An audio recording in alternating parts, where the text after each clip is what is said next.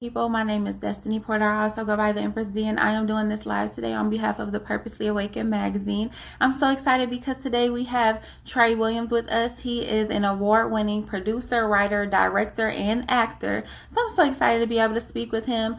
I hope that you all are having a beautiful day today. I am having a wonderful day. It's so beautiful outside, even though it's a little bit cold. It's perfectly fine. I'm still feeling good. I hope that you all are too. So, normally I don't have too many stories for you all, but I do today. So, y'all know I wear eyelashes, And let me tell y'all, so I've been running out of eyelash glue. So, what I ended up doing was I bought some more and it's in a tube, and I took the tube and it fell in the bathroom sink all the way down the drain. So I went actually out yesterday and I bought some more and I threw that away in the bag. Yeah, that was quite interesting. So, it's by the grace of God today I was able to get these eyelashes on. But anyway, I'm still excited to be able to talk to you guys. Today we will be joined by Trey Williams. As I stated before, he is an award-winning actor, producer, writer, and director. He's so dope. So I'm excited to be able to talk with him. And speaking of writing and producing, yesterday I watched the film. I'm not sure if you've all seen it yet. It's called Cutthroat City, and it's directed by RZA. And I would recommend you watch it. I would definitely recommend you watch it. It has an interesting plot. So the movie is about Hurricane Katrina and the effects that it had on the Black community. And it was quite interesting. The storyline is a little bit different. Keep that in mind. But it was an overall really good movie. One of the points I love that the movie actually made was how Black people have inherited the greed of America. And I think that that was a really great point, because a lot of times we think as Black people we don't inherit certain things from white people, and it's like that's kind of like having a parent and you see that they have bad habits or there are certain things that they do. You have to understand that of course you're going to inherit these things because you're under them. So that was one of the main points, and it kind of compared and contrast how we are so alike, and that is what makes us Americans, is that greed that we all have in common. And hello, CK. I'm so happy to see you too. I'm glad that you were able to join us. I know that maybe you weren't feeling too good, but I'm glad that you were able to, come and check out the live. But yeah, the movie though, it was really, really dope. I was very glad to be able to see the movie. So yeah, it just in one of the things, it has Shamik Moore in it. It has who else did it have? Demetrius Shipp Jr. had Terrence Howard. It had Wesley Snipes. I mean, all of these really great actors were in this movie, and it was pretty good actually. But one thing, obviously with movies, there are certain aspects that aren't really realistic. But I won't get into that because then I'm telling y'all the movie. I just recommend that you all see it if you can. T.I. was also in the movie. I mean, it was a really great cast. But I'm gonna let that be. And I'm gonna see if actually you can get Trey to join us today. Let me see.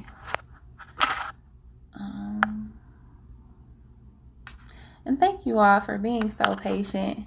You guys are amazing.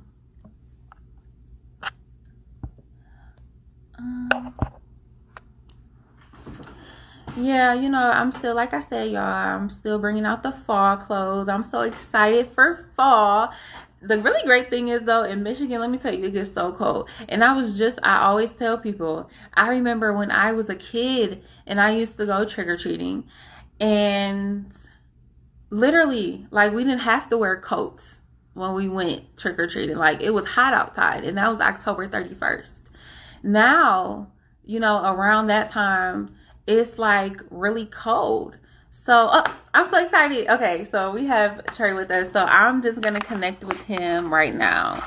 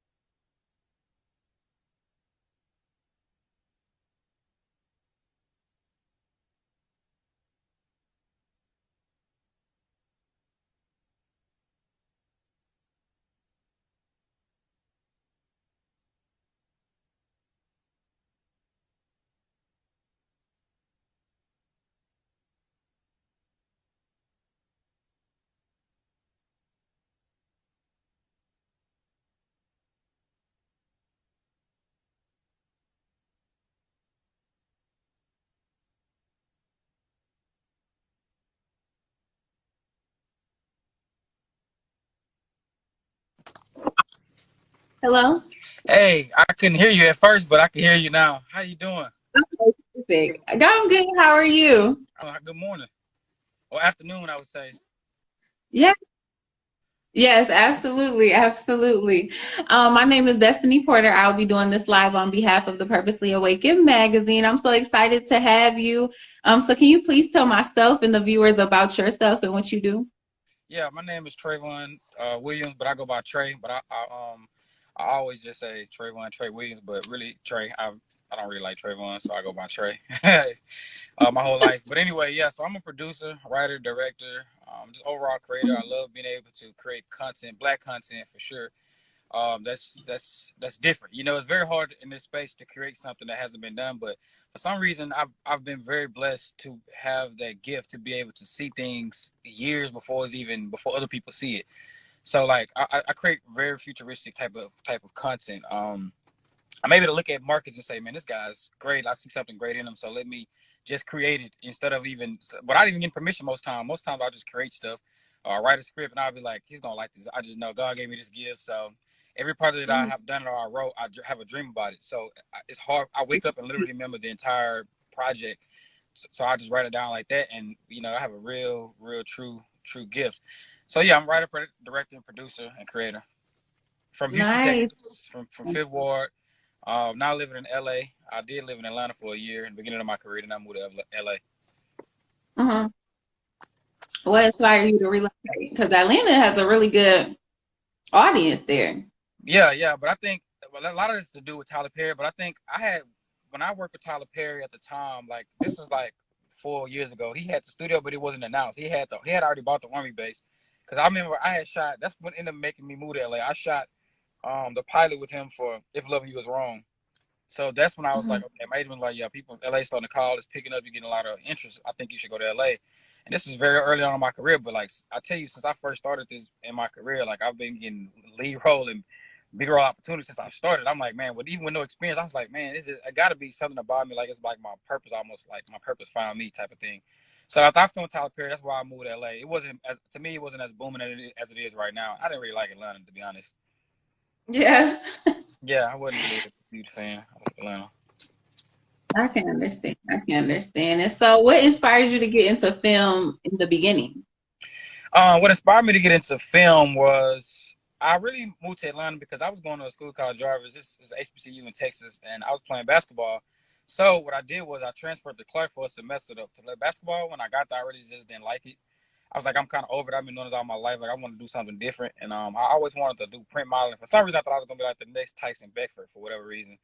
So I ended up going to this modeling meeting, this modeling and acting casting call, I guess, for like a show, which turned out to be a Uh-huh. scam. So even make the story even more interesting.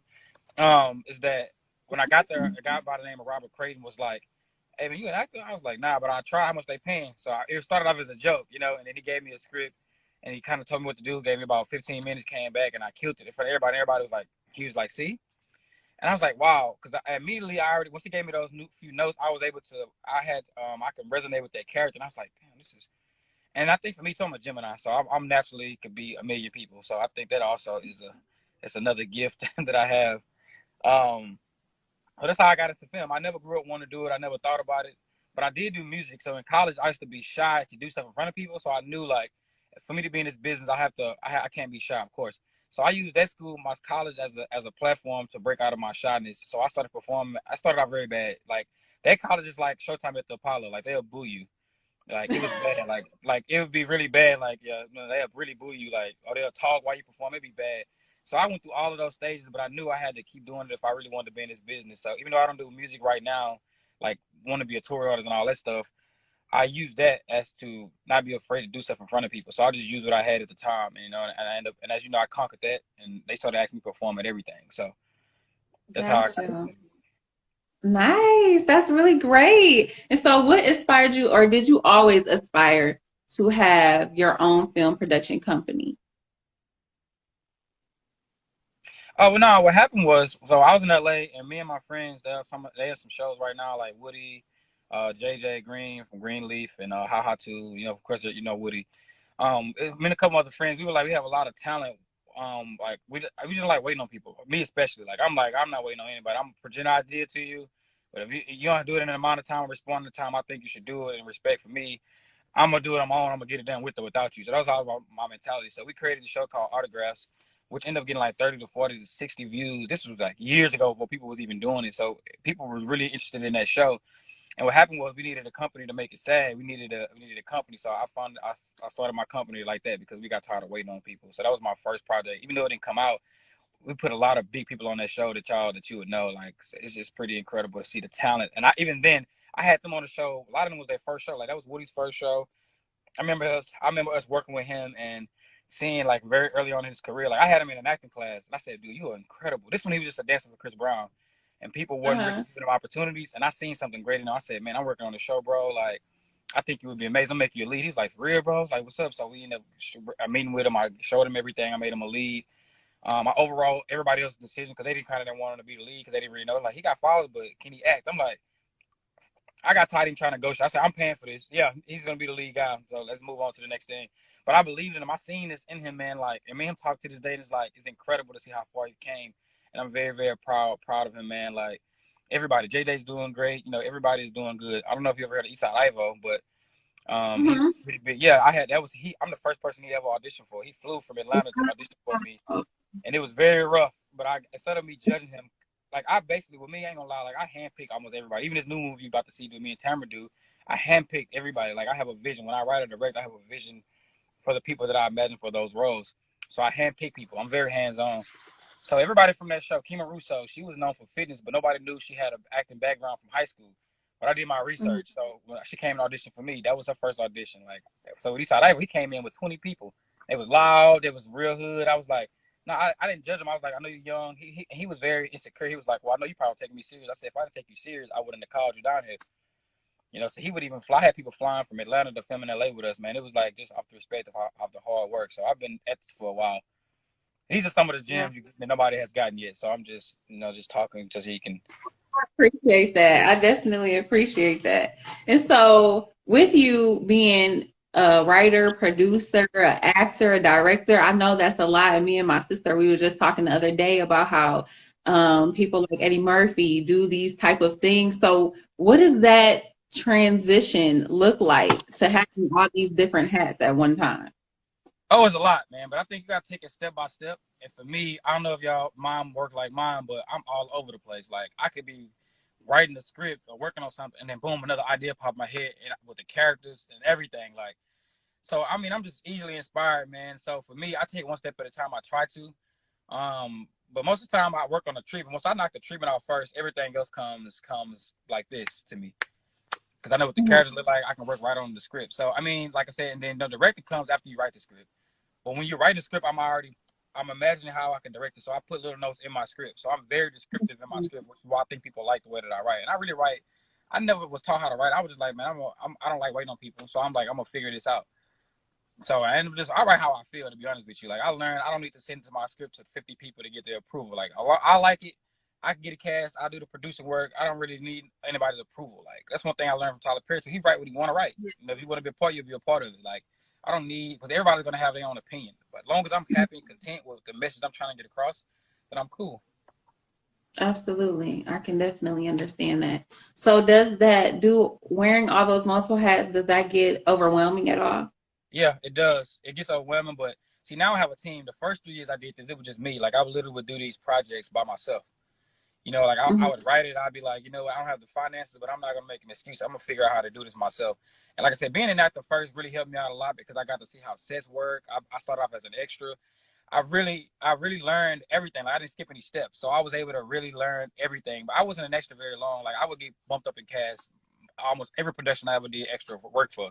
I would be bumped up like in it. So for me, but it was important for me to go learn how to work everything. So I learned how to communicate. I learned how to, and I'm naturally have people skills. So I learned how to, and I went to school for business. So all this stuff to me is not really difficult. It's just about trying to manage my time.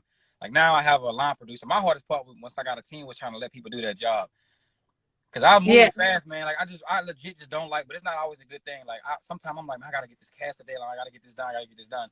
And I might have a line producer instead of, I might negotiate a bad deal, pay somebody too much, or when I didn't have to do that, just because I'm trying to get them on, like throwing the bank at them. When you don't have to do that, just sometimes you gotta slow down.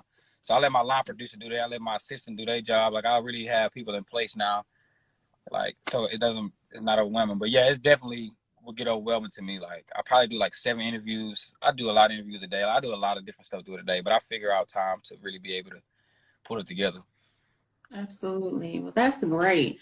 And then what would you say is your favorite part, either being like behind the scenes or being in front of the camera? I like being behind the scenes because I like to be, first of all, I like to write my own checks. I think everybody would love to be able to do that. So, Period. yeah, so I write my own check. So I get to dictate my schedule. I get to literally move as I want to, as I please, you know.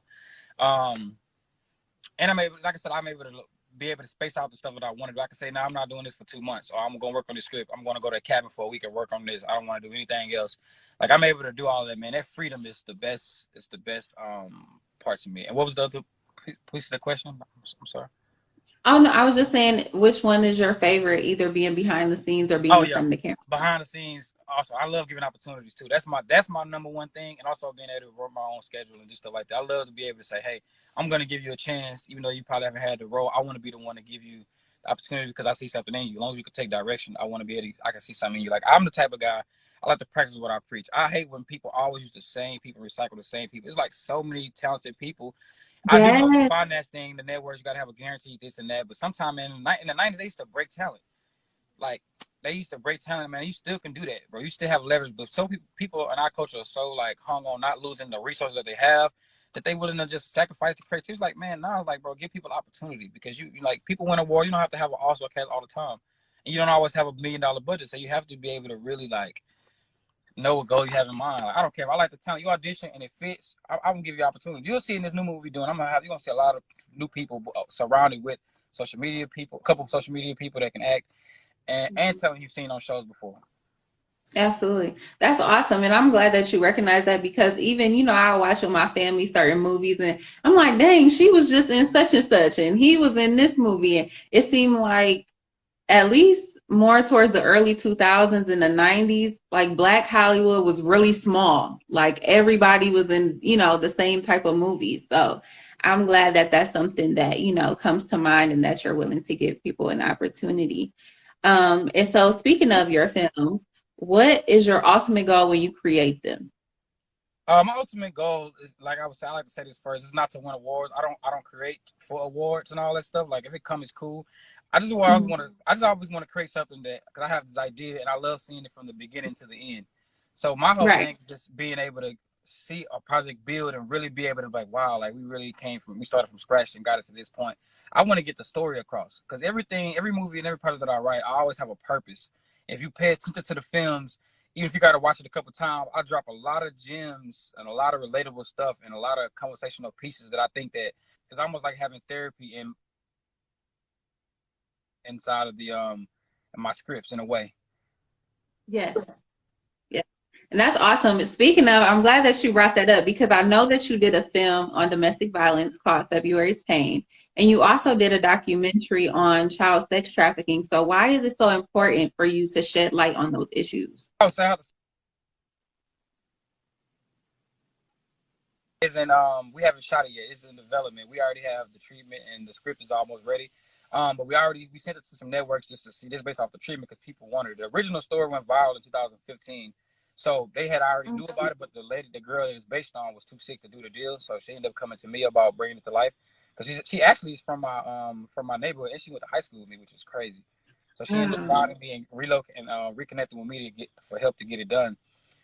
So and you said, so what's the other part of the question? I'm sorry again. Why is it so important for you to shed light on these particular issues? Oh yeah. Because it's purpose, you know.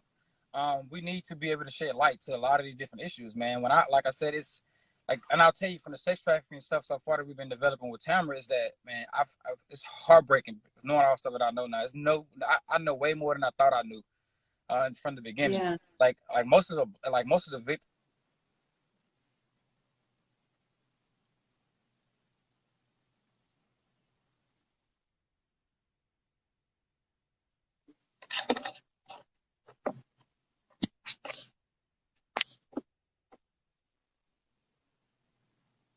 Hmm.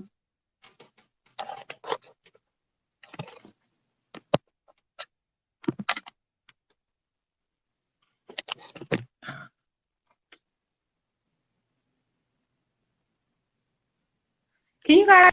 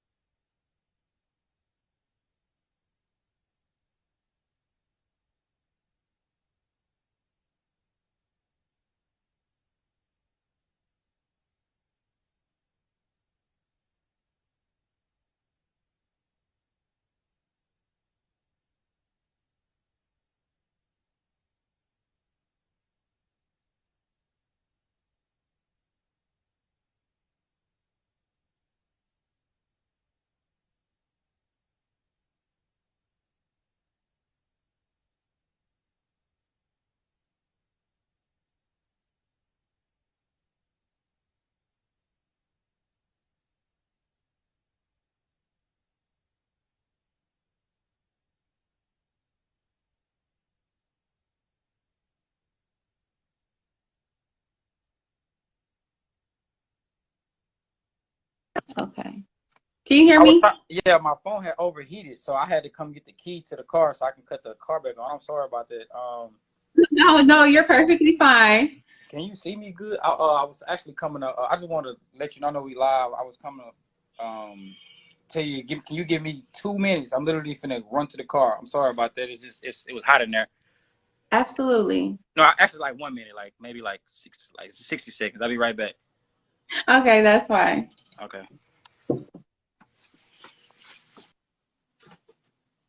I'm glad that you can all hear.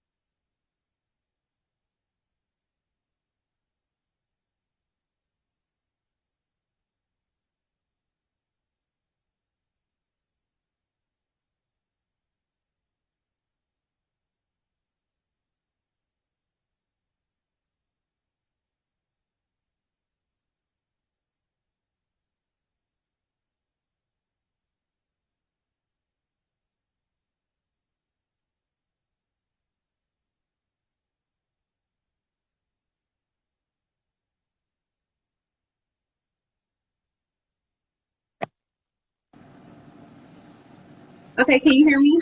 Yes, sorry, man. Sorry about that. I'm normally in my office, but I'm traveling right now for the film, so I'm not in my office. No, that's fine. It's so funny because all the viewers were saying as soon as you left, the sound went out. I don't know what that's about, but yeah, that's quite. But I wanted to ask, what is like the most difficult aspect? Would you say is of your profession? What's the perfect what? What's the most difficult aspect of your profession? Oh man, being an independent filmmaker, you got to deal with a lot. It's a lot. I could give you a long list, but I'll just keep it short. The biggest problem I would say is I know a lot of people personally, so but I still want to respect their craft and respect their talent. So I want to do it the right way by going through their teams. Like some of these Mm-hmm. big agencies, man, they are like so hard to work with. Like they are very hard independent filmmakers, man. Like they rather their clients sit up and not make any money than to have them be a part of a film and be a part of the craft, or like make any money. Like that's been the most difficult thing. And me just saying, let me be patient. Let me keep doing it the right way. Let me just because long term, I want to be able to have a great reputation in this career, on my career. But that's it. Getting people to town. That's number one. Getting people attached, man, because they just they're very hard, man. I guess because they make a lot of money from it, like the big agencies. So they like, but so they're the most difficult to work with. That's the hardest part that I hate, honestly. Yes. And so how do you typically navigate through that? Just you kind of got to play by their rules a little bit. You kind of got to like negotiate. Like they ask for crazy stuff. Like I'll give you an example. Somebody said, yeah, he needs to be put on a first class flight. He needs to do this. He needs to have this. And I'm like, this dude has never been put on a first class flight from a film. He only has like 2 film credits, which is different from being on a show on MTV. It's not scripted. It's a different thing. Yeah. Like it's not the same, you know. So I'm like, he has really no real resume. But I want to give him opportunity because what happens is they don't understand. They don't do the thorough research to figure out who you really are. That's, in my opinion, they looking at what's the budget. That's how they trying to like classify you, like who you are based on the budget of the project. You don't need to know the budget of the project. What did we this is the offer. They had SAG Right. already, so it's not like we lowballing anybody, but they trying to get more because naturally they get more money. They Absolutely. want their client to feel like they just see superb manager and agent. Like they don't need a first class flight. We're gonna put them on a Delta or a good flight anyway.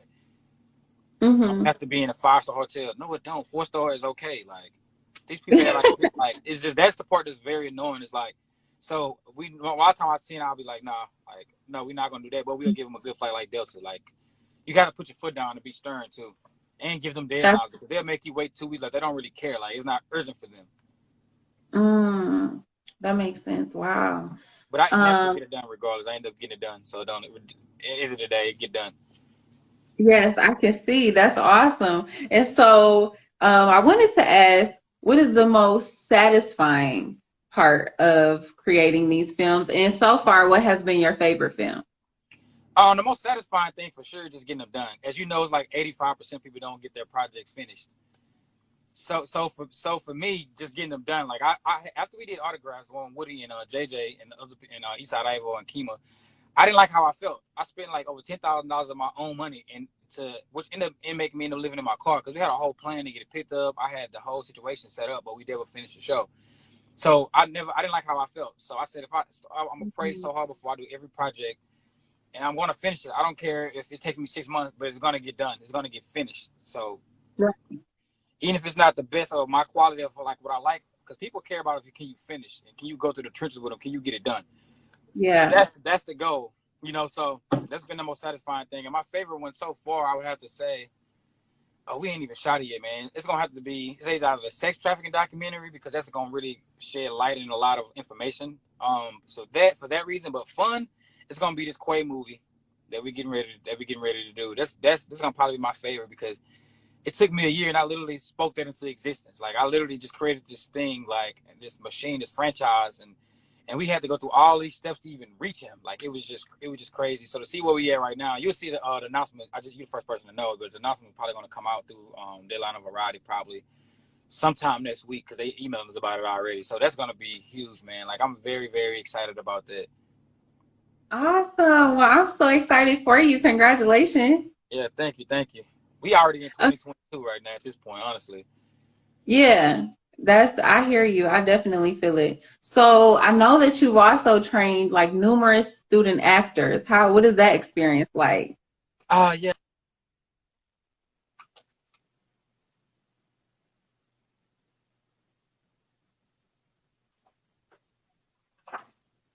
Uh-oh. You guys hear me?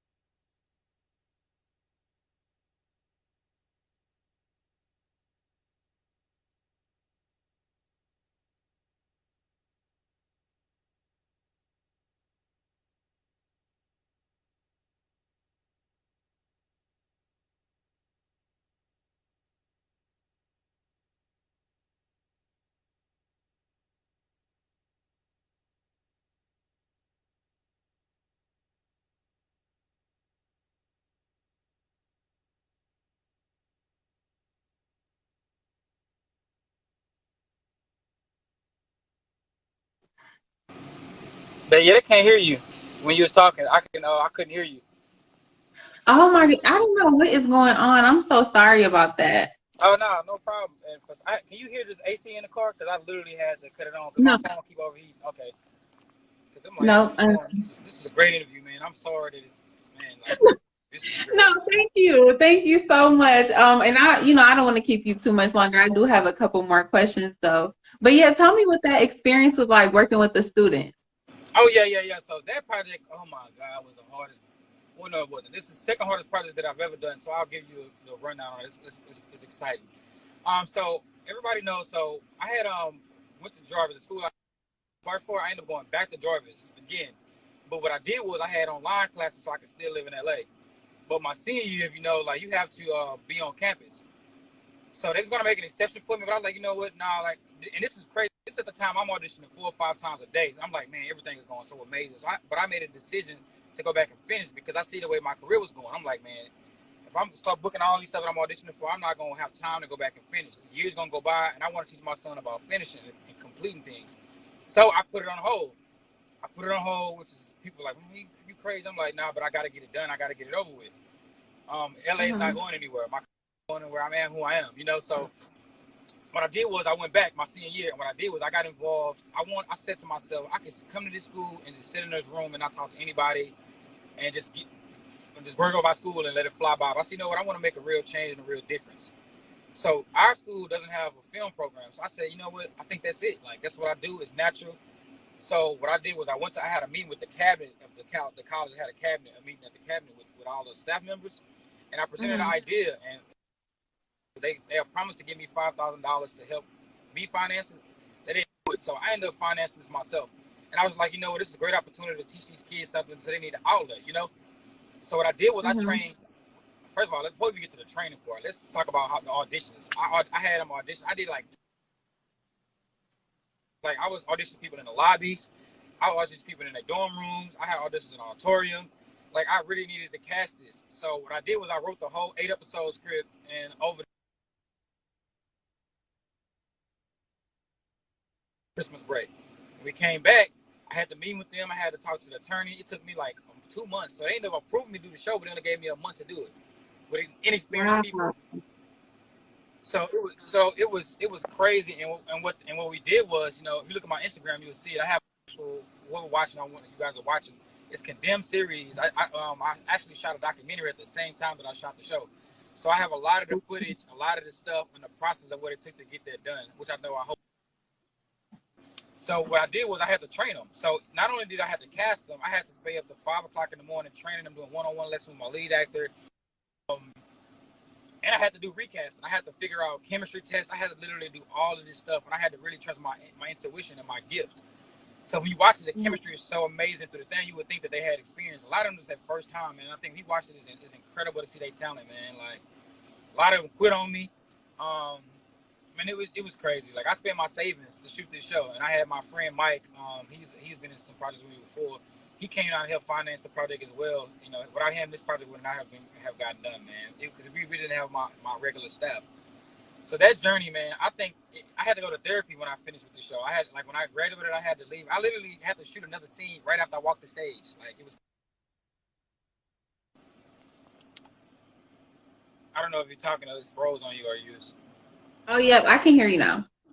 Oh, okay, yeah. So, man, I'm trying to give it to you in a nutshell, but they gave me a dorm building that's been closed down for like 10 years. And when you walk in, it was furniture stacked to the ceiling. Like, you could walk in the building, you could barely walk through the building. All this footage is on the Instagram page on Condemned Series. I was thinking about doing an actual documentary, like what I shot it for. But I was like, man, I don't know if people are going to really be inspired or want to watch it. But I'm thinking about putting it together because I think it might inspire a lot of people. Like, and my whole goal with them was to tell them, like, look, they never knew what a table read was. They never knew what a vision board party was. So I created all this stuff, and I had some of my celebrity friends send videos to encourage them, say, hey, man, looking forward to seeing the project. Man, Trey's a good guy. I can't wait for you guys to be able to, because I want them to take it serious, you know? Coming from where Yes. a lot of us come from the inner city, they see you, they got access to you, they don't really value you the way that you, like the industry values you because they don't know the industry. So when they look Right. at me like I'm a regular student, I'm like, nah, there's a reason why I'm able to navigate through the school and do what I want to do. And not only that, while we shooting that show, I revamped the whole athletics department too, like the film. So I shot all the interviews. I revamped the website for them. Like I tried to really leave a mark at the school. So we doing all the time. And I'm still a senior. You know, I still had to do work. You know, I was able to manage and pull all this off, but I had a goal, man. For me, I'm a workaholic. When I got a vision, I want to just do it, and I don't need people money to do it. I'm gonna figure it out. Absolutely. Absolutely. Wow, that's amazing. Well, I mean, I'm speechless. That's a lot of work for a senior. Yeah, it's a lot of work, and I had A's and B's. I think I might have had a C in math. That's not my strong suit, but you know, I passed, so I was considered the best senior. Absolutely. I definitely feel that. So, one of my last questions is, what is your ultimate vision for yourself in the Pioneers Collective? First look deal. I want to be. I think like last 1 year. Like maybe 2 years ago, I came back to Houston for a year, and I sat in my sister's garage, and I literally, I was like out of money at this point. I literally sat in the garage the entire year. I didn't break or fold, and I wrote the critics so much content. I created over 30 projects because I knew, and not only that, but I got people attached to the projects to each one. So I knew that if I can, because content is key. So I said my overall goal is to get a first look deal for our company. You go into these networks and these meetings, they always ask you, what else do you have? Oh, I got this. And I know your demographic, so we got this for this. And just to give you something different that you may not even have, but I think it'd be interesting based on the character development, you might like this.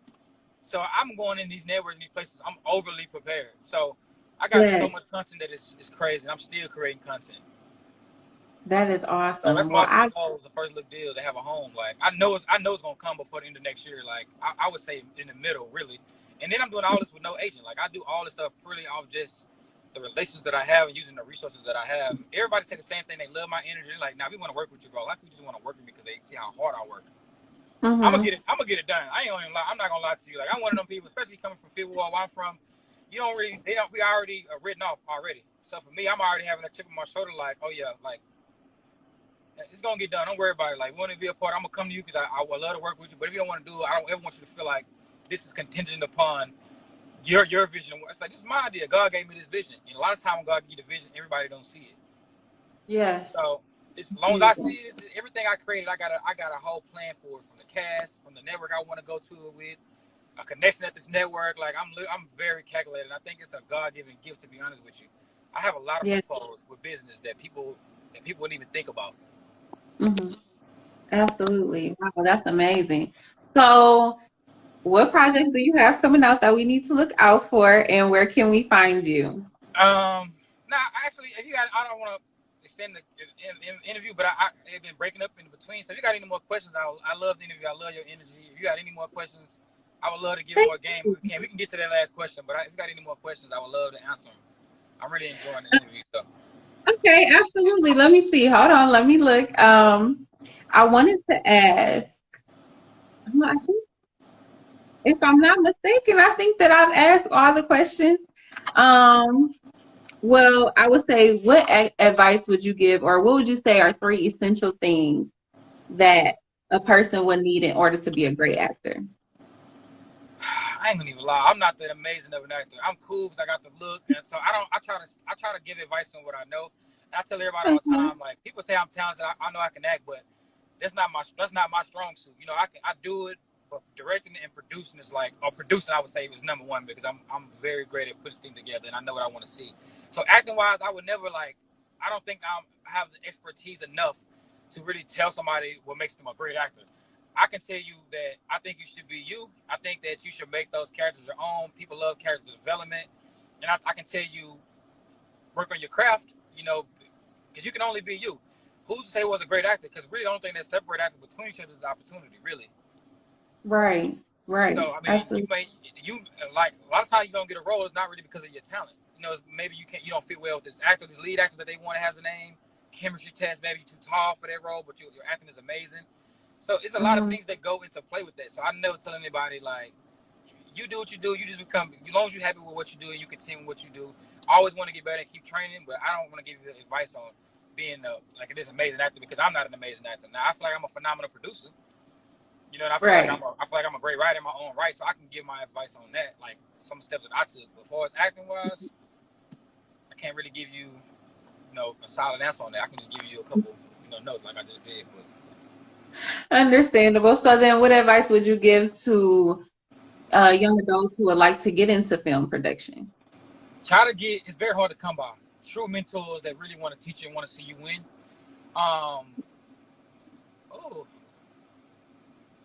would tell you research a lot of your own research. I remember I spent 3 months researching the business before I got into it. So when I got that first opportunity, I said, okay, cool. I got this. Even though I didn't book the Being Mary Jane, which is my first opportunity, I didn't get elevated to the finals with no training. So I was just like, Wow. so this is what I should do. Study. Really, really, really, really research. A lot of things you can't find on Google. So you got to really just figure out people on social media that you think that has great energy that you can reach out to. Hey, man, such and such and such and such. A lot of times people are so busy, it's hard to find them. So you got to find everything you can find online, man. I would say really take the time to understand the business that you're in. That's my true advice. Like, you have to know the business because it's going to save you a lot of headache. And they're going to know you're professional when you know what you're talking about. Yes, I can understand that. Absolutely. So Queen in the comments asked, do you think that it would be good for writers to have agents? And if so, Definitely. why? You literary agents are great because a lot of times you can't reach out to these agents or these networks by yourself. You got to have representation. Either that or have an attorney. I mean, I would tell you if you have an attorney that will get paid on the back end or whenever you sign a deal, then that's great. That's how I operate. I have my attorney, but a lot of times I just have a lot of personal relationships. Before as a writer, I would say literary agents, you definitely need that, but you need a good one. Not just having one. You need one that has the connection in the relationships. Because you don't want to just get somebody because they're a literary agent. You need somebody that know how to work. Somebody that really believe in you. Because if they believe in you, they're gonna work harder for you. People feel like you need them. They don't go as hard for you. Like when they come to you, they look at you like this amazing client. But yeah, you definitely need a literary agent, for sure. Or I would say that, or get with a production company that has the attorney that has everything that you need.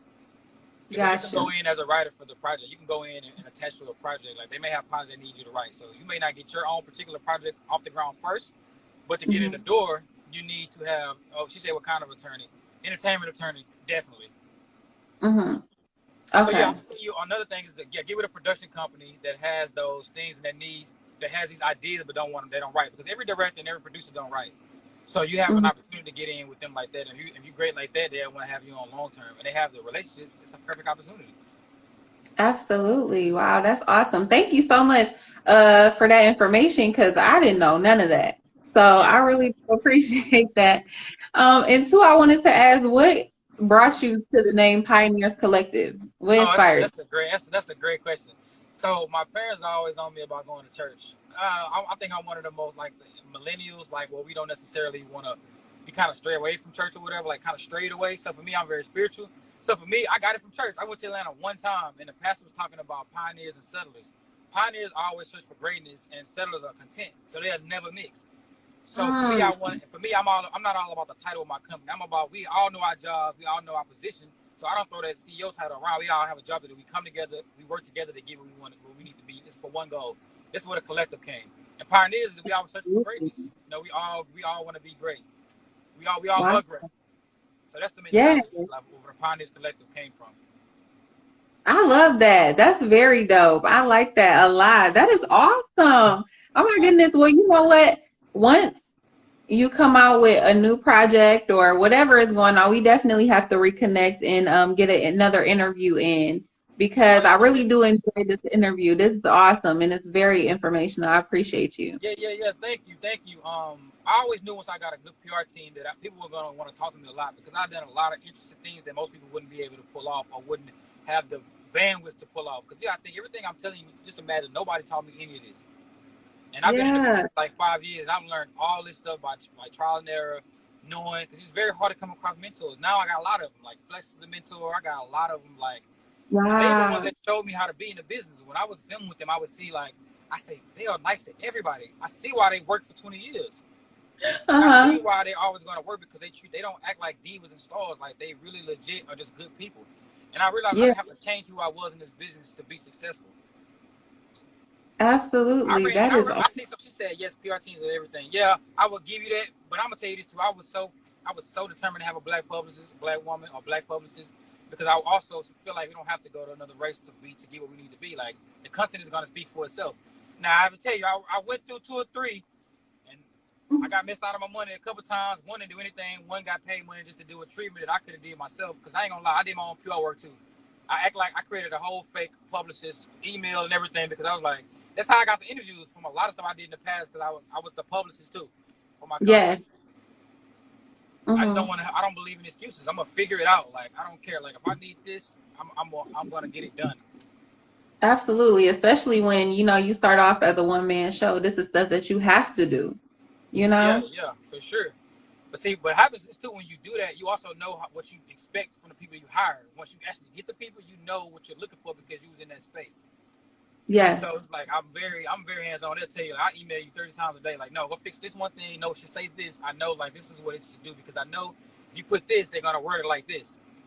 So I'm Mm-hmm. already knowing like everything. Like I would talk all day to my team if I have to because I'm very particular. Like when I have Yeah. I follow my intuition a lot, and I feel like God is a God. I haven't missed yet, so I'm very strong on my opinion. What I feel like, and plus, I don't want to say like they're my employees, but I hired y'all. So at the end of the day, y'all, I have to make me happy. At the end of the day.